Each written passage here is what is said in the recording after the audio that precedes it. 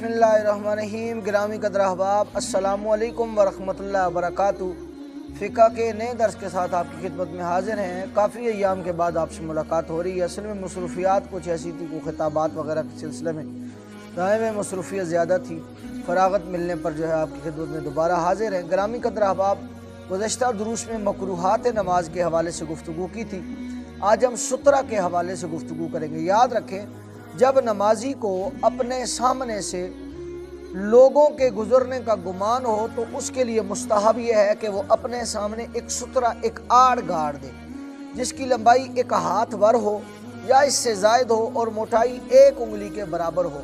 वो जो आगे से नमाजी गुजरेगा वो भी गुनहगार नहीं होगा। तो इसलिए कोशिश ये करनी चाहिए, आप अगर किसी पब्लिक प्लेस में हैं या किसी ऐसी जगह खड़े हैं कि जहाँ लोगों के गुजरने का गुमान हो, तो वहाँ आपको सुतरा गाड़ देना चाहिए। गिरामी कदर अहबाब, अब सवाल ये पैदा होता है कि सुतरा कहाँ लगाए और किस तरह लगाए। सुन्नत ये है कि सुतरा नमाजी के करीब हो, यानी उसकी सजदागाह के करीब हो। यानी ऐसा ना हो कि वो सजदे के जो है वो ज़्यादा करीब हो और उसको सजदा करने में परेशानी हो, बल्कि जो है वो सजदे से थोड़ा सा आगे करके फासले पे लगाए कि जहाँ से उसको गुमान हो कि लोग जो है उसके सुतरे के उस तरफ से गुजरेंगे और सुतरे के अंदर से नहीं गुजरेंगे। गिरामी कदर अहबाब, याद रखें, सुतरा किसी एक अबरू के सामने लगाए, यानी यहाँ पे इस अबरू की सीध पे या इस पे, नाक की सीध में बिल्कुल सामने ना लगाए। उसकी उलमा ने वजह लिखी है कि बसा औकात शैतान आपको वर्गलाएगा, भाई आप उस तो सुतरे को या उस लकड़ी को सजदा कर रहे हैं। तो इस शुबे से और इस गुमान से और इस वहम से बचने के लिए जो है वो चाहिए कि वो दाएं या बाएं अबरू के इशारे पे जो है वो सुतरा लगाए।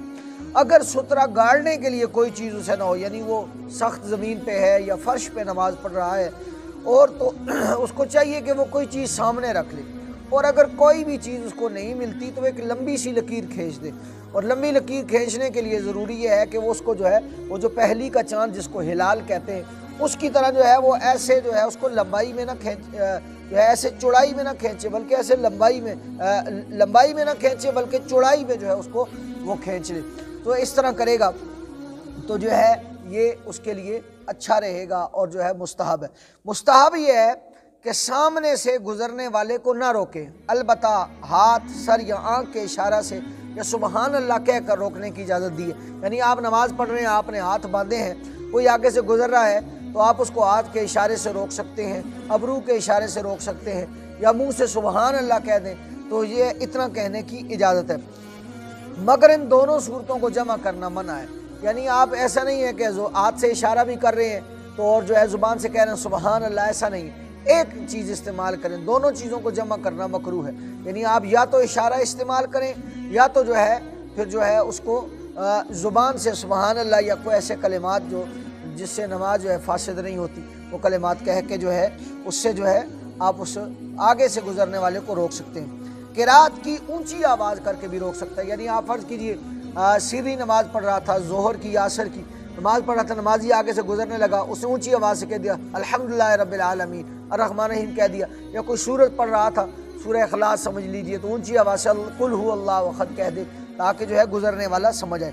औरत या तो इशारे से रोके या दाएं हाथ की उंगलियों की पुश्त बाएं हाथ की हथेली पर मार कर रोके, मगर अपनी आवाज़ ऊंची ना करे, क्योंकि औरत की आवाज़ भी पर्दा है। याद रखें, औरत जब जो है रोकेगी तो वो अपने हाथ जब बांधेगी तो हाथ बांध के जो है वो दाएं हाथ की उंगलियां अपने उल्टे हाथ की पुश्त पर ऐसे मारेगी और जो है उससे रोकेगी। औरत आवाज़ नहीं निकालेगी, या इशारा करके जो है वो रोक सकती है।